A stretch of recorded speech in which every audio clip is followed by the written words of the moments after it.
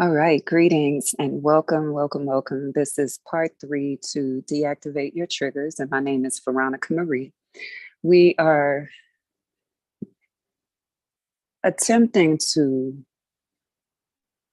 look at the way our conditioning has affected and continues to affect our emotional wellness. We've been doing that by looking at situations that trigger you, the presenting situations. We are remembering that the thing that happened is not the real problem. And so we're not going to spend our time on the level of that presenting situation because that's not the real problem. That's so important to remember. I mean, if you don't remember anything else, if you can remember that the thing that's happening is not the problem, but it is the thing that activates your belief systems, and your belief systems churn out thoughts, and your thoughts produce feelings. Feelings are the felt experience of your thoughts. When you are experiencing emotions that feel intensely negative, it is a sign or a notification of an area in your inner landscape that needs to be brought into the light of truth. When you continue to practice truth, universal truth, remember that's what we're talking about. When you continue to practice truth, it becomes second nature to you. Therefore, the old program is no longer needed. We have explored two types of awareness: contracted awareness and expanded awareness. Contracted awareness is where most people dwell when they're dwelling on the level of the problem. They think the thing that happened is the problem. The person yelled at them. That's the problem. But we now know that isn't the real problem. The person didn't show up on time. They think that's the problem, but we know that this is not the real problem. The real problem lies in what we want. And remember, what we want now is probably what we've always wanted, and what we've always wanted has not been provided.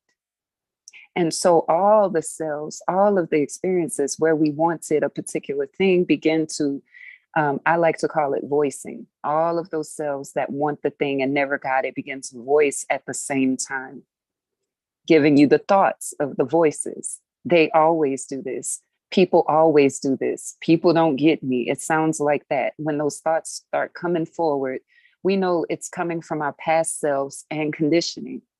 We don't want to stay in that contracted awareness, because contracted awareness does not allow your evolution. It doesn't allow you to shift. And so we need to move into an expanded awareness. And expanded awareness understands that the presenting problem is not the problem and moves into truth so that we can develop a new way of being through a new way of believing. All right. So we have talked about both of those concepts in part 1, part 2. The last part of this is practicing the truth, the universal truth.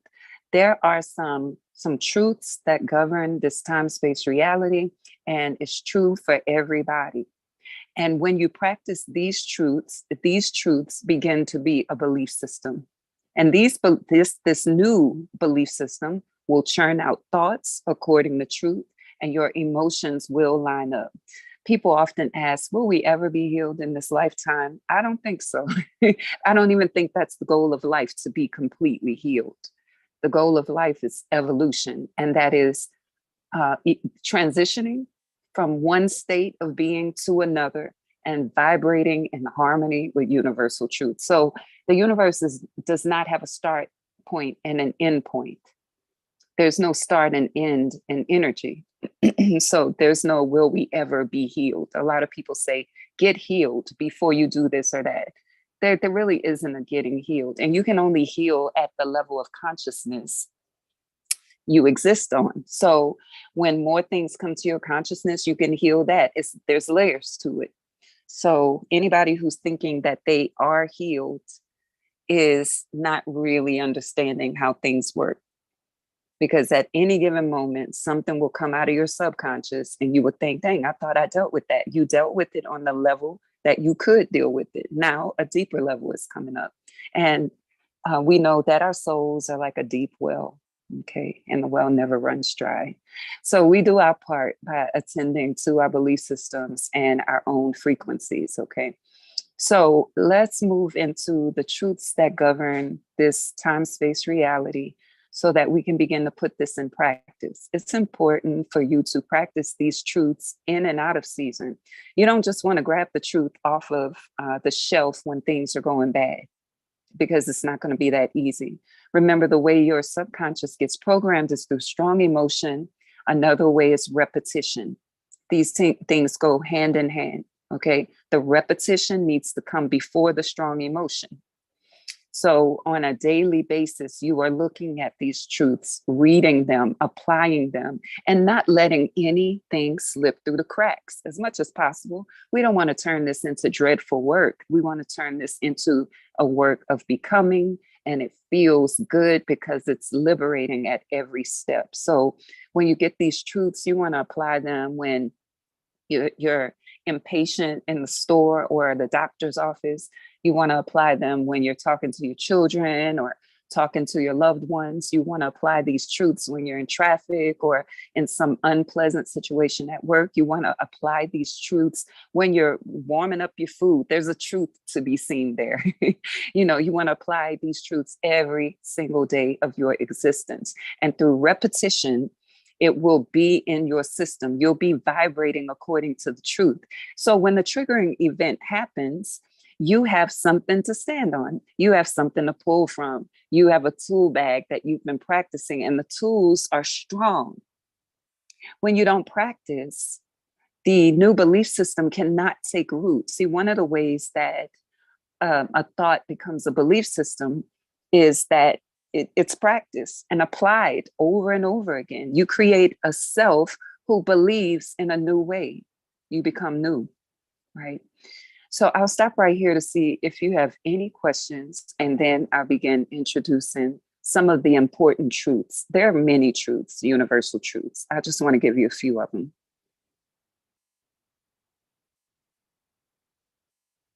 And just remember, if you want to ask your question to come off of mute, you got to unmute on the screen. I'll wait about 30 seconds, and if there's no answer, I'll just continue.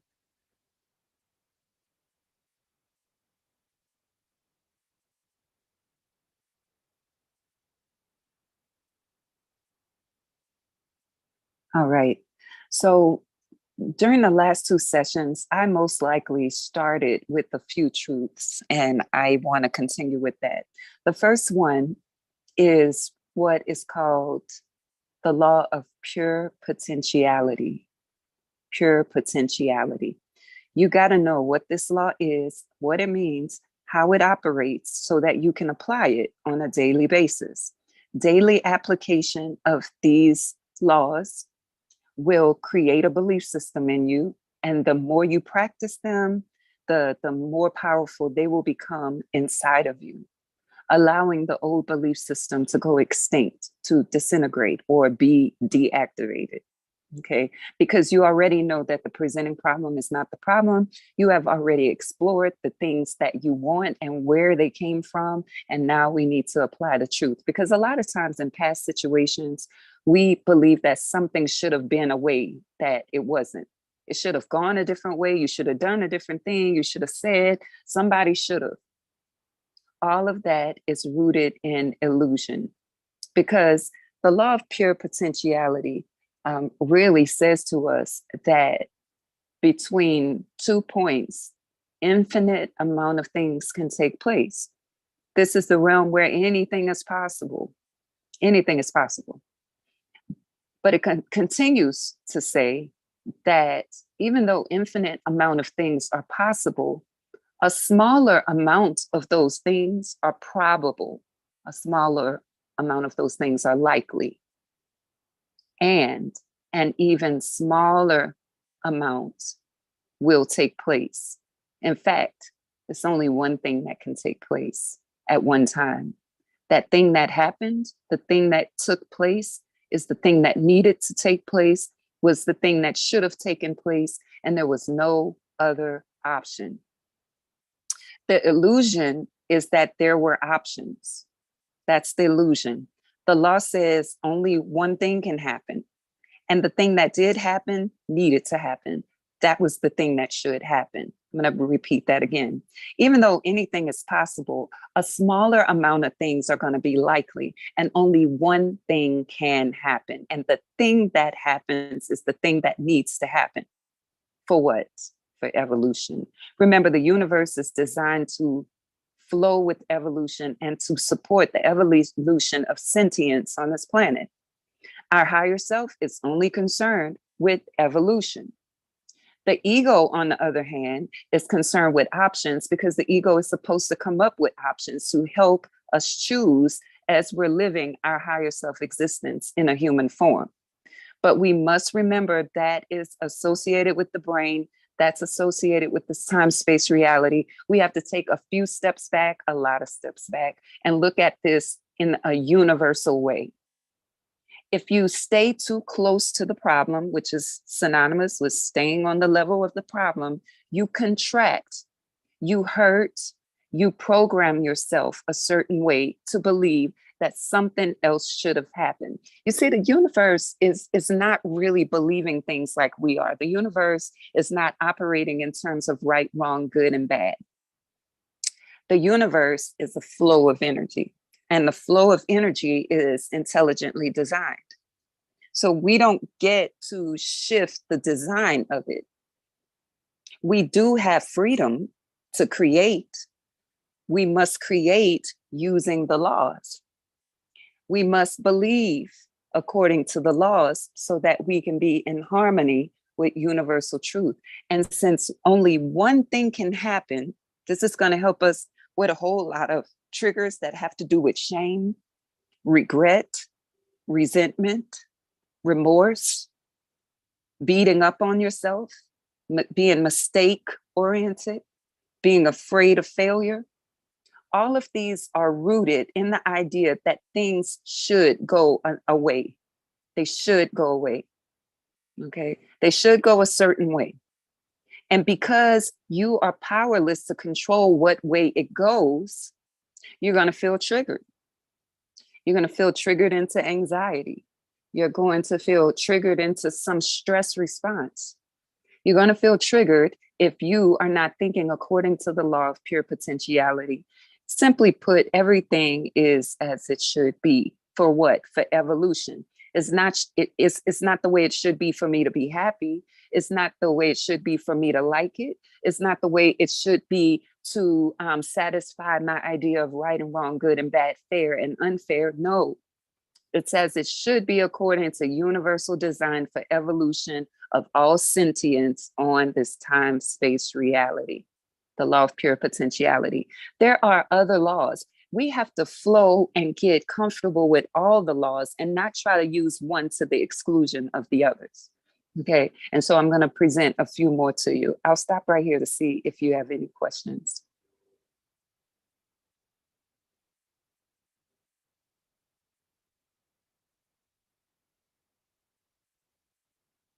All right. So within this law, if we believe everything is as it should be, then everything is as it should be. Remember, we're not saying how we like it. We're not saying it's the way it always will be, but we are saying right now, this is what's happening. Okay, that's the first part. Right now, this is what's happening. When you go into your past conditioning, you describe what happened, that happened. We take the judgment off of it. We take the judgment off of it. Judgment is this is good, wrong, good, bad, wrong, right, should, shouldn't. That's judgment. When we take the judgment off of it and we back up universally, we go, the thing that is happening needs to happen. The next question is, what do I need to see? The universe is concerned with evolution. And if the universe is concerned with evolution, then we got to ask evolution-minded questions. Rather than asking, why did this happen? Now that this has happened, acknowledges that I cannot control what happens, and I accept that. So now that it has happened, what do I need to see? What universal truth needs to be applied here? There are a bunch of things you can see. Remember, between point A and point B, there are infinite amount of things that you can see. But there's only a few things that you're likely to see, and one thing at a time that you're gonna see for evolution. Okay. So don't try to pull it all out and dig. I don't believe in digging in the soul for anything. I believe the soul will give us what we need. And so again, we choose what universal truth we need to apply. And we're also asking, what do I need to see that I don't see? What do I need to hear that I don't hear? What do I need to know that I don't already know? These questions cause the ego to open to instruction. When we ask, why did this happen? Why is this happening? Then the ego stays contracted on what you can know and what you already do know. But remember, it's what you don't know that you need to know. Okay. So the ego is going to contract around what you have already experienced and draw from that limited information. We don't want that. We're deactivating the trigger. We're acknowledging that there's something in us that needs to come into alignment with truth. And so we think about the truth that needs to be applied, and we ask ourselves, we open ourselves to, what do I need to see? What do I need to hear? What do I need to know? Let me give you an example. Let's say that your car was stolen. Naturally, some people may find that very stressful for good reason. Especially, let's say, if the car was stolen and the person doesn't have money to purchase another car, and also they can't afford for their insurance premium to go up, and it's just going to cause a whole domino effect. They're not going to be able to get to work tomorrow. The kids can't do this. All kinds of things result because the car was stolen. The car was stolen. It happened. That doesn't mean we have to like it. We don't like it. I don't like it. But now that it has happened, I know that this is what has happened. I'm in acceptance of that. I'm not rejecting it. I'm in acceptance that this is what has happened. Now that this has happened, and I know it's the only thing that could have happened. So what do I need to see? What do I need to see that I don't already see? What do I need to hear? All right. We just applied a universal truth. Everything is as it should be. And we open up to questioning. This actually was a scenario that happened to a person that I know. The car was stolen from some public place they were at. And this person realized, after sitting in these questions, the person realized that they had been wanting to manifest a new car. Okay. So that's what they saw in that situation, that this situation was leading them to something else that they wanted. If you look at that with your just regular eyes without applying truth, it's an awful situation.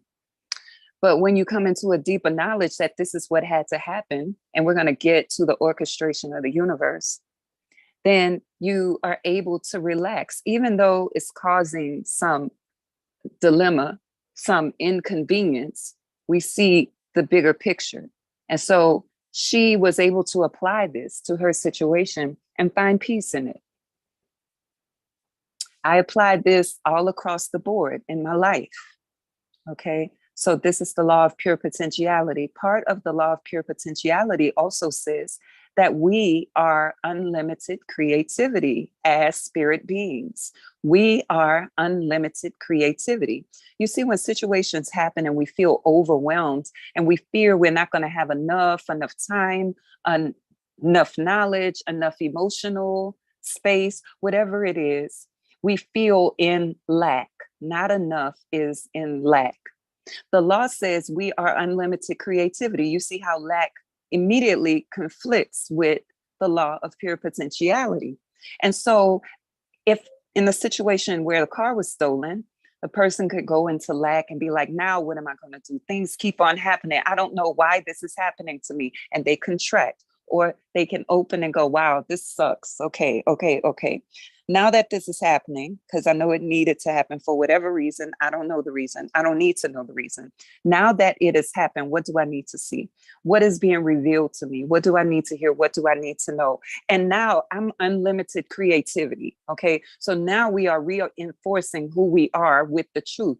I am am unlimited creativity. Okay. So the things I've been thinking about have not given me an answer or provided support or helped me to feel more at peace. So I need to plug into this idea that I am unlimited creativity. This is who I am. This is who I am. I am unlimited creativity. You got to practice this. Everything is as it should be. You got to practice this, because when the situation happens, it's going to flow from you like water. Okay, I'm unlimited creativity. I don't see how this is going to work out. I know I don't need to see, because I'm unlimited creativity. I'm going to breathe. I'm going to calm myself down. Maybe I'm going to drink some tea. I'm going to take a shower. I'm going to go outside. Maybe I'm going to talk to my friend, and I'm going to lean into this truth. I am unlimited creativity. I'm not alone. I am not limited. I am not without options. Even though it feels like it, I'm not. I am unlimited creativity. Now, what do I need to see? That's how you sit yourself in your power in the middle of a triggering situation. Let's say the triggering situation is something one of your loved ones is doing. Okay. A lot of times we think, hold on one second, I'm letting somebody in. A lot of times we think that people should know something that they don't know, because we're looking from our perspective and we think they should know it.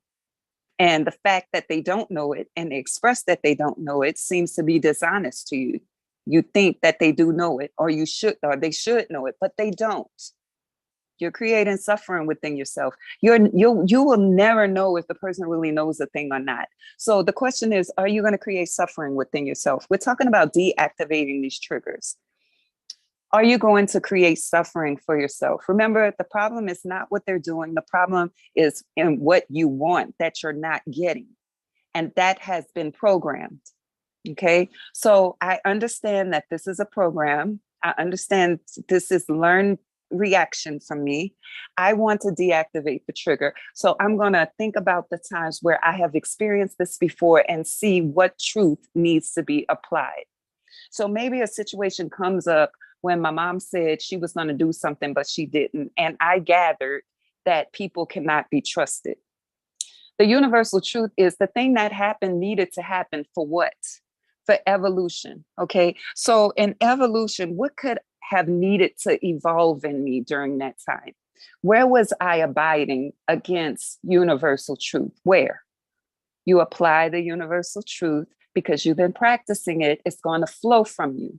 Naturally, that self is going to experience some peace. Maybe another energy is going to come up, another memory.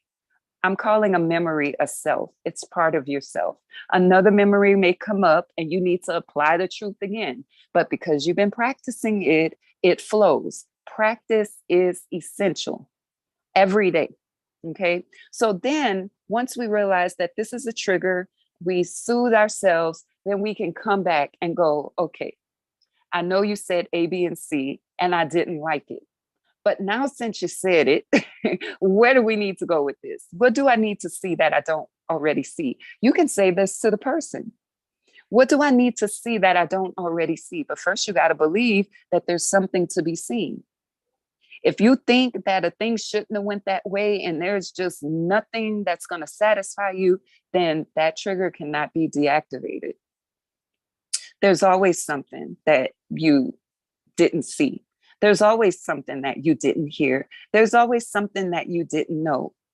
And if you're ready to deactivate the trigger and you've been practicing it, then you will lean into the truth of it. So that's universal law number one that we're talking about tonight. Everything is as it should be. It's also known as the law of pure potentiality. And remember, you are unlimited creativity. So whatever situations happen, you can open up into your creative potential if you stay in your expanded awareness. This takes practice. I can't say this enough. Hearing the information and practicing it is two different things. You got to practice even on little things. Okay. Let's say somebody made a loud noise and it startled you. And because you felt startled in a stress response, you felt aggravated. Well, you can go, they shouldn't be making that noise. They shouldn't have done that. Or you can go, okay, that startled me. I didn't like it. Now that it has happened, what did that show me? What did I need to see? Okay.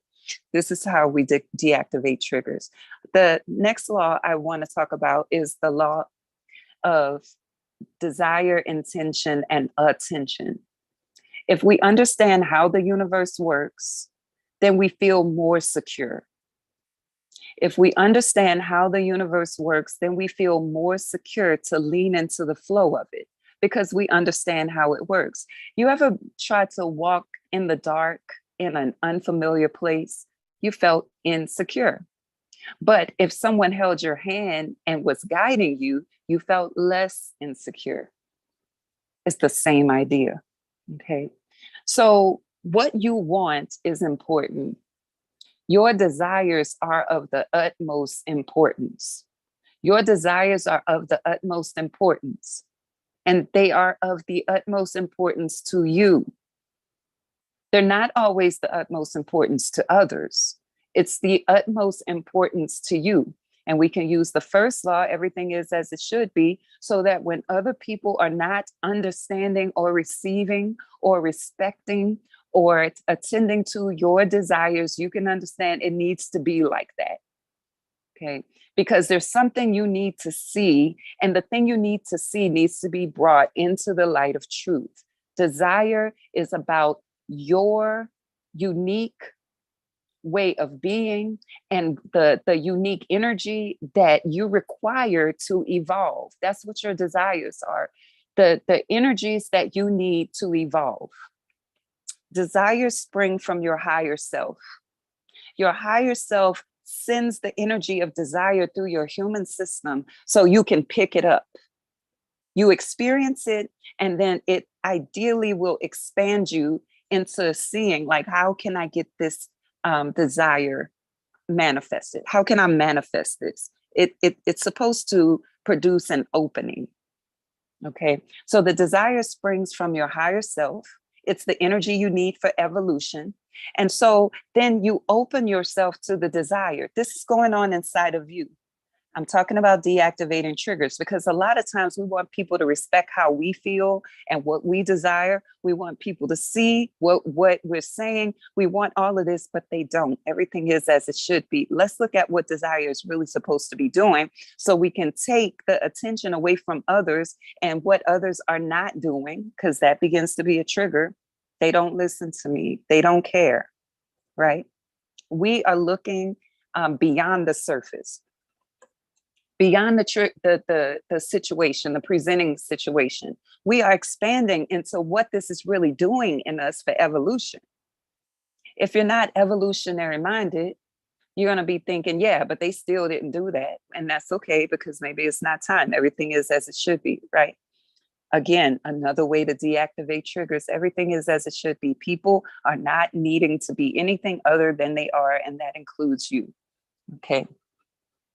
So your higher self sends the desire through you, for you, and your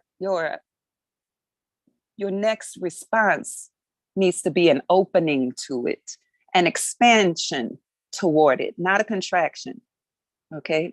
So we release the need to have other people be responsible for our desires, because our higher self is sending the desire to us, not them. So when other people are not supporting you, that's not on their life path. They're doing exactly what they need to do. That's not the role they're here to play in your life. And if you want something other than what they're doing, then you are conflicting with universal truth. I hope this makes sense. So the universe sends the desire through you for you to experience it and open to it.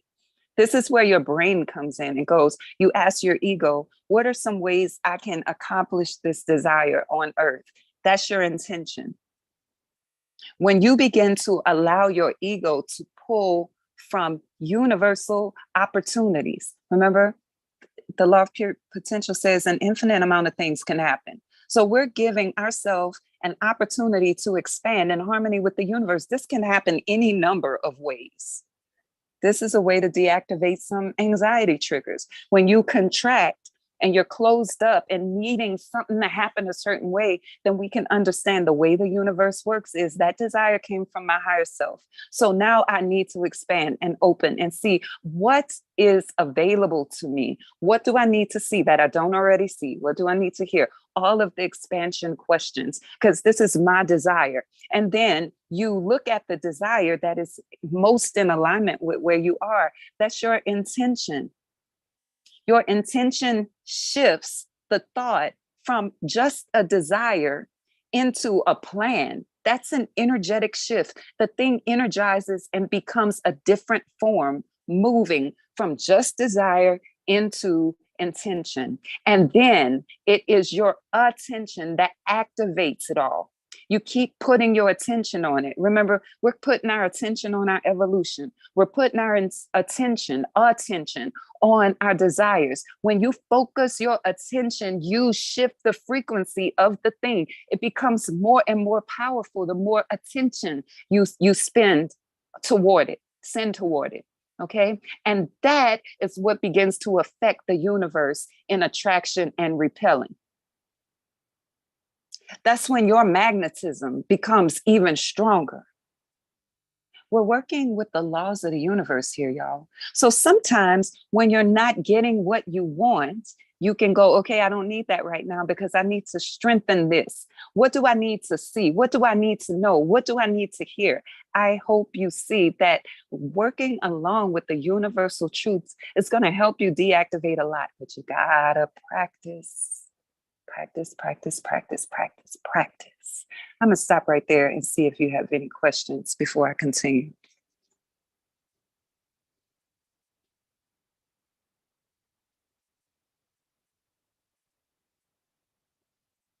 So now you have the law of pure potentiality, which says an infinite amount of things can happen. A smaller amount are probable. Only one thing can happen. That's going to help you in your areas where you keep looking back and thinking you failed. That's going to help you in areas where you keep looking back and thinking you've made a mistake. That's going to help you in areas of regret and remorse. And therefore, if you bring those memories into alignment with that truth, then you will be less fearful in the future in response to triggering events because you understand that everything is as it should be. You know how to ask the evolution minded questions. You know how to move from contraction into expansion, and you've been practicing. And so things are going to happen to give you opportunities to practice. And you need to remember in that law of pure potentiality, you are pure potential. That means also unlimited creativity. Your higher self is unlimited creativity. And in order to get the opportunities or the options or the creativity from your higher self, you got to open up and ask the evolution minded questions, because that puts you in harmony with your higher self, which is also in harmony with the universe. The universe is designed to support you. Being in harmony with the universe is going to assist you in manifesting the things you need in this time space reality. That could be peace, that could be happiness, that could be harmony with others, that could be material things, that could be anything. Remember, these are things that you want. And the way you get what you want is you bring those selves that are dwelling in failure and mistake and fear into the light of universal truth. This is how. Through practice. The second law we talked about is the law of desire, attention, and intention. It is so true that whatever you put your attention on grows. I mean, think about this. Maybe a negative situation happened where somebody rolled their eyes at you. If you keep playing that over and over in your mind, more and more thoughts associated with that experience will start being generated. Those thoughts are pulling from your belief systems. Now you're ruminating and you're creating a force within yourself until you're ready to say something. You have created something so powerful that compelled you forward, and you did that. So if you can do that and it's something negative, you can also do that with something positive, but it's going to take a lot more energy to move from negative to positive. You ever wondered why, a million people could say you're beautiful and one person could say your hair is ugly, and that will affect you more than a million? right? Because a negative statement is very, very powerful, and we are conditioned to negativity. It would be different if we were not conditioned to it, but we are conditioned to finding things wrong, being good, not being bad, hearing criticism and trying to fix it before we get punished, performance anxiety because we need to perform in school and perform for our parents. We are conditioned toward negativity, and that's why it's easy for negative things to affect us. But we can shift that by focusing on truth. I hope this makes sense. So we talked about you paying attention to your desire and also setting the intention by opening to the evolution minded questions. What do I need to see? I know where I need to go. What do I need to see? How do I need to get there? What do I need to feel? Et cetera, et cetera. Okay. So then we have the law of abundance. The law of abundance. You send out, you receive. We got to know how the universe works. You send out energy, you receive energy. Okay. So, in triggering situations with people, for example, many people are unaware of what they're sending out. They're unconscious. I've had some people sending out some energy to me, and they are unconscious that they're doing it. So, if I even pointed it out, they would say, no, they're not doing that. They're unconscious, but they wonder why they get the response that they get. When you're communicating with other people and you're getting a response you don't like, it's not all them, it's a circuit. Abundance is a circuit, a feedback loop is what it really is. It doesn't just apply to wealth. It applies in all things, that there are cycles to everything, a time and a season for every purpose under the sun. The law of abundance, expanding. It's not just money. Okay. So if you send out an energy abundantly, it's going to affect the other person's energy field, and they're going to send energy back. Sometimes the people who have the worst attitude in the whole wide world, if you have a vibration, I'm not talking about a positive thought or just saying something nice to try to get them to feel better. No, I'm talking about when you carry a powerful transformational vibration within you, you can encounter a person with the nastiest attitude and they will soften towards you, even though you didn't say much, because your energy matters. When you are interacting with other people and you're getting responses that you don't like, it's time for you to realize, I needed to see this for my evolution. Because if you start thinking they should have answered you a different way, they should have had a different response, you are conflicting with universal truth. We're not denying what happened. We're not denying that it matters to you. But what we're trying to do is open up so we can be in alignment with truth, so that the trigger is deactivated and you are less bothered by situations, because you understand that person had a reaction for a reason. I remember like I can think of times where people shared something with me and I felt angry about it, and they saw it and they'd be like, why are you mad? I'm the one telling you I have the problem, because you sent out the angry energy and it triggered the anger in me. That's why. And it needed to happen. And since it needed to happen, now I'm going to ask myself, or if I know the person is ready to talk, what do we need to see about this that we don't see? We can open up to one another rather than contract. You got an attitude with me and I was just trying to share with you. You think it should be a way that it's not. This is going to take practice, y'all, because for years you've been acting the same way and practicing it, and it's so stuck in your brain. You almost don't see how this can work, but I live it every day, so I know it can work. It's not a perfect process. We are human. Sometimes we're going to miss it. Sometimes we're going to make it.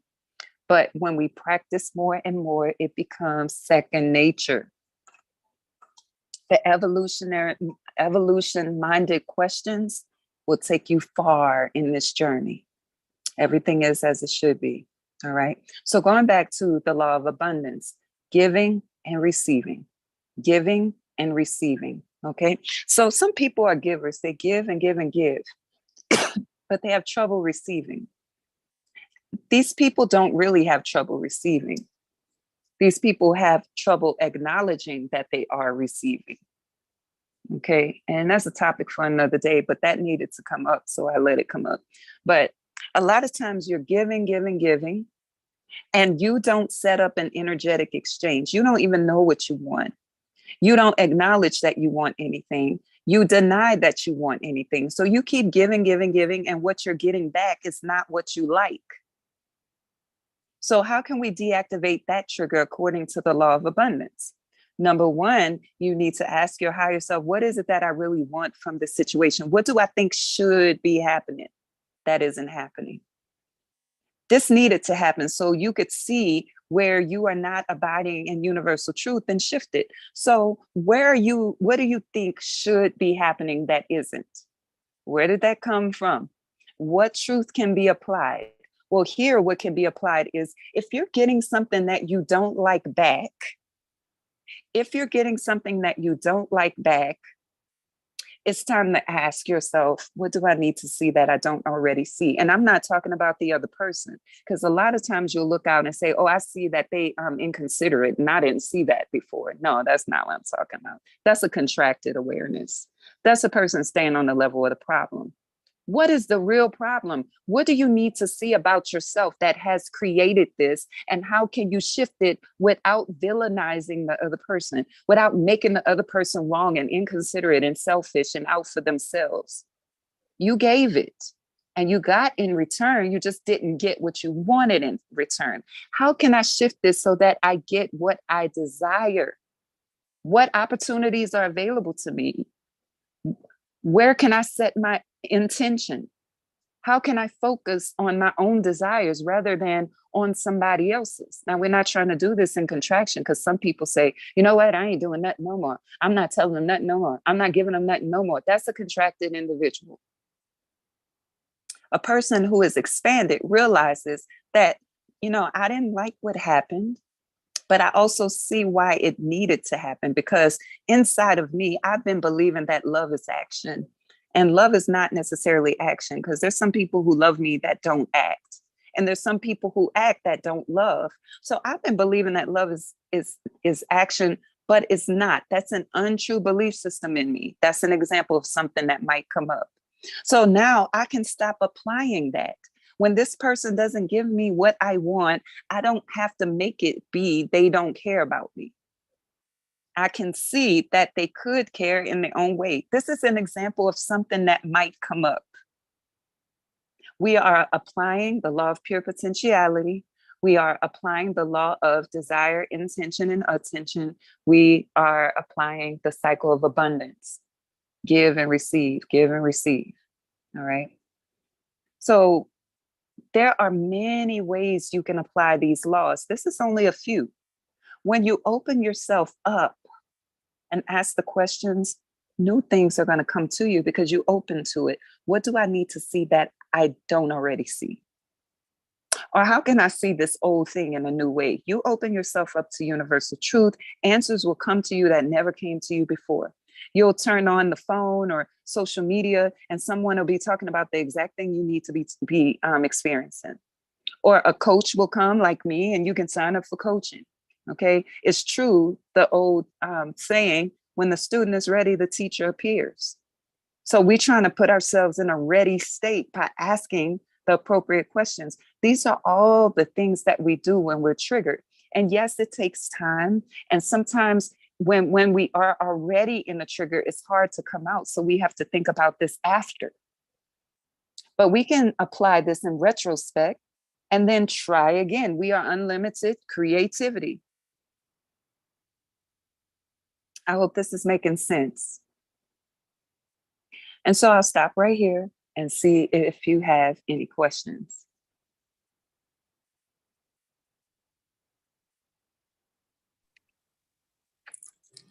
Hello? Yes, hi. Hi. How do you know when a trigger starts and when it's gonna end? Like, Mm-hmm. I'm not sure what will trigger and what's not. Like, you could be emotional, and then depending on what it is, emotional, like say, um, you hear about a sick friend, Mm-hmm. and that could trigger emotions. Mm-hmm. Mm-hmm. How do you get past that? I don't know if that's a trigger, or I guess what is the difference between a trigger and an emotion? I'm kind of confused with that. Okay, no problem. Let's talk about it. So, an emotional trigger is an event that ignites an emotion. It's a Okay. situation. All right. So let's apply what you just mentioned. The presenting situation is you get news about a sick friend, right? Mm-hmm. Okay. So you feel an emotion. The emotion, more than likely in those cases, is fear. Okay. All right. Yeah. And so the issue is not the sick friend. What you're feeling is not coming from the fact that your friend is sick.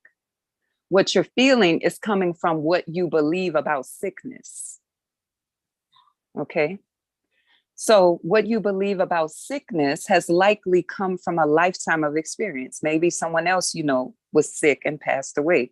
Maybe you watched movies. Maybe you've heard stories because, you know, we get conditioned from so many things. We learn from so many places in life. But the reason that we are experiencing that intense emotion is because we believe a certain thing about sickness.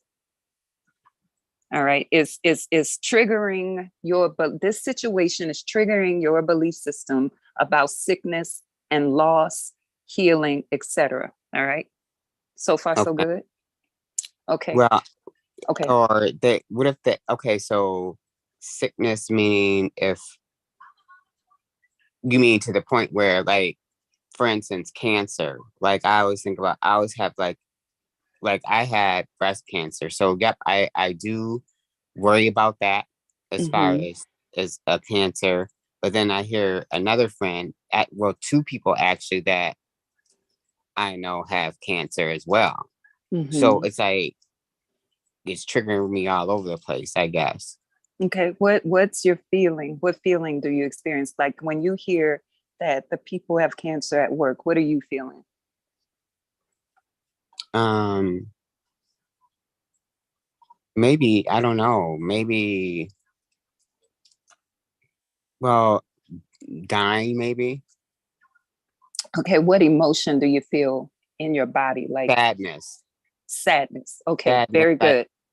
sadness. I feel sadness. I feel like, wow, why? It's like there's so I feel like, why is there so many people out here with Right. cancer? What Okay. is it? Put a Ooh, pin. Put a pin right there. Put a pin right there. okay. Good. All right. So immediately you ask why, right? But why Mm-hmm. is the contracted question. Right. Because we don't know why. Right. We really don't. And if we stay in a why cycle, it's going to produce more sadness because we're going to feel more and more out of control because we don't know why. So we don't know if there's anything we can do to stop it. We don't know if there's anything we can do to heal it because we don't have the answer to why, right? Mm-hmm. All right. So I don't know if you were here for the first two sessions, but that it might be good to review those too. But let's keep going. All right. Okay. So why keeps us in a contracted awareness? It begins to trigger all of the belief systems about sickness and fear and the way this world works and how it's sad and so many things are happening that we can't control. And it just begins to activate a whole lot of beliefs in us. And when those beliefs are activated, we feel it strongly as emotion. Okay. So that's contraction. This is really good. Thank you for bringing it up. Okay. So Okay. if we want it to go another way, because we know we cannot stop anybody from getting cancer. I mean, the people who eat the healthiest may come up with it. The Right. people who eat the worst may come up with it. We don't know why. The doctors don't know why. The scientists don't know why. So why is not a question we need to ask because it creates more disempowerment, right? Mm, What we do need to say is now that this is happening, since this is happening, what do I need to see that I don't already see about this? As right. soon as you bring yourself into that open question, the contraction releases. As soon as you do that, now it doesn't go all the way away, but it releases. And what it does is put you in more harmony with the universal truths I've been talking about. It opens you up. What's my role in this? Okay. What do I need to know that I don't already know? So one area of sickness that will be triggered in belief systems is about death and dying, Mm-hmm. loss, Yeah. abandonment, the Yeah. uncertainty of life. And Yeah. since we don't know who's going to heal and who's not, if we stay in why, then we get more and more disempowered. So it's what is causing you to see is you need to examine what you really think about death and about this life, because something in it is not consistent with truth that it causes you to fear. Maybe you lost someone. Maybe it's your own life that was in jeopardy and you felt like you didn't know what to do, or whatever it is. Now, there's in this situation, because it is so deep, coaching would be beneficial, or even therapy, whichever one you choose, right? But the goal of this teaching is to expose you to another way so that other ways are out there. But sometimes when you need something real specific, it may take some additional talking. Does that make sense? Yeah. But And go ahead. Go ahead. I do both. Like I see Good. you and I see a therapist, but I guess I never really talked about how. I'm be honest. I never talked about how the cancer affected me personally. Yeah. Yeah. So this is what you need to see that you may have not looked into as deeply as you may now, because it means that there's some unresolved pain, or some things you need to understand a little bit more about yourself and your personal process. That's what is helping you to see, part of what is helping you to see that you don't already see, right? So that one question, moving from why to what I need to see that I don't already see, causes you to shift into the access of the unknown. You begin to shift into additional options. Asking why keeps you spinning your wheels in frustration. So if Mhm. I would say there was one thing you could do today, is go away from the question of why is this happening? Because we don't know. Nobody knows. Mm-hmm. But you can open yourself up to some universal truth. What do I need to see? How can this help me heal? Because this fear is here activating in me because there's something that isn't consistent with universal truth. What is it? Well, here you need some additional sorting through of your own situation. That's a big deal, you know. Mm-hmm. And I know you don't need me to tell you that, you know. Right. But it matters and it needs to be talked about for sure. For sure. Yeah. I'm sure that's Hmm. it. Yeah. Yeah. So There's going back to layers your, to that, I guess. I mean, and which is why I'm here, because this helps. It helps me to even know more of a focus of what I should focus more on when I'm in therapy or when I'm hmm emotional hmm going coaching. Because I'm like all over the place. Like I just don't know what, but I do know that cancer is the forefront. It just keeps coming out. Like I yeah. just have not dealt with it. I'm not gonna lie to you. I just haven't dealt with it. I just act like it isn't even there, to be honest. Okay. And let me put a pin right there and give you something else. See, the cancer is the presenting situation. And Mm-hmm. it's a troubling presenting situation, but that's not the real problem. That's why if we stay on the question of wondering why about cancer, we can't really Right. get the answers. But Right. But what it is telling of, cancer usually is synonymous with triggering death, ideas of death, fears of dying, things of that nature.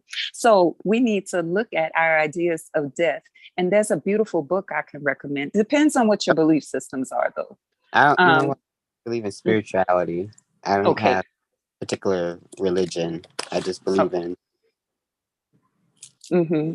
Okay. So a beautiful book I'd like to leave you with is by Deepak Chopra, and it's called Life After Death.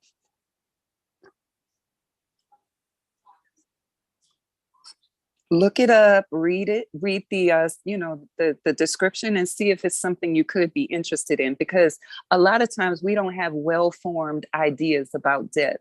We just know about grieving, sadness. The person is no longer here. They may no longer be here. I may no longer be here, but we don't have a depth of knowledge or belief systems about death, and that will produce an uncertain kind of feeling and cause us to fear. And then naturally, we want to know why. But remember that even though cancer is troubling and it matters, the real thing is what we're thinking and fearing about death. Mm-hmm. So there are many other things you can pull from that, but I would say that's a beautiful place to start. Okay. All right. Thank you for asking that. Thank you so much, because that matters. All right. So as we get to the end of this, I hope that it's clear that the negative emotion we are feeling it doesn't have to be, but it will be until we understand what the real problem is. A lot of times the thing that is happening, we think is the problem, but it is not. It is what we believe about the thing that is happening. And if what we believe is not the same as what's true, we're going to experience discomfort. We're going to experience the emotional trigger, which is the experience of our belief system. And so if we want to deactivate the trigger, the presenting situation, it's kind of like this. If every time you come out your door, somebody jumps out and scares you, you will associate opening your door with being scared. Now, let's say they stop doing that and you open your door and nobody ever jumps out anymore. Eventually, over time, that trigger will be deactivated. So you open your door not expecting anybody, and let's say they start doing it again, you will have a really bad response because you're no longer expecting it, right? So the trigger has then been reactivated. But if you want to deactivate it all the way, you have to remove the reason that you're scared. Okay. So for me, for example, just in case that wasn't clear, I have been held up by gunpoint. So that one strong situation programmed me to fear going inside at night for a long time, many years. But I had to keep going inside at night and practicing. I'm safe. I'm safe. Yes, that did happen and it affected me. But that was one time out of the many times I go inside at night. I'm safe. Over time, that trigger was deactivated, right? So the triggering thought of somebody might come up and try to shoot me again is gone. All right. And it can get reactivated if I experience it again, but it does go away. That's my point. So it's not that these things will never bother you again.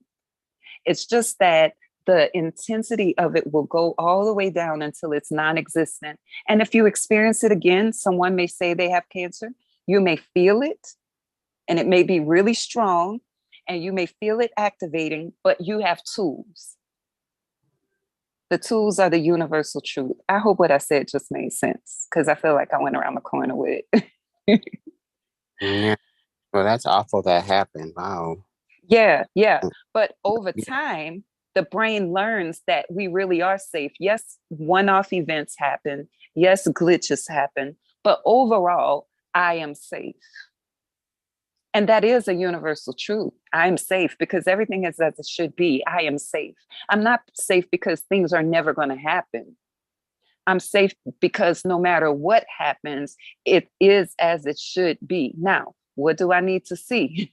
What do I need to hear? What do I need to know? So go away all the time. Stay away from asking, why is this happening? And all the time, open up to, now that this is happening, what do I need to see, hear, and know? It's going to take time. I don't expect it to go away quickly. But with practice, it will deactivate. Okay. And so that concludes the third teaching of the series. This is such a vast topic. We could probably spend every day of several years talking about it and still not cover everything. But the goal is to help you understand how important universal truths are to our existence and our triggers, to learn how to apply the universal truths, to know what they are and how important, apply them, and also understand how our personal emotional system works. Okay. And so if you need any further assistance, whether you're listening to the replay or here live, remember I do offer one-on-one coaching. You can find me at veronicamarie.com, or you can contact me on any social media outlet that you choose. I am very passionate about helping people live a healthy and a happy life. And so, even if coaching will help you practice by applying this to the little things that are happening in your life, let's go for it. Because when the big day comes, where the situation occurs again, you want to be supported, you want to be secure, you want to know that you have exactly what it takes to move through it with greater ease. But it takes practice. I can't stress that enough. It takes practice, practice, practice, practice, practice. Okay, repetition is the name of the game. All right, so that is it. You can shoot me any questions on my website or, like I said, by social media. My name is Veronica Marie, and I'm signing off. Have a beautiful night, y'all.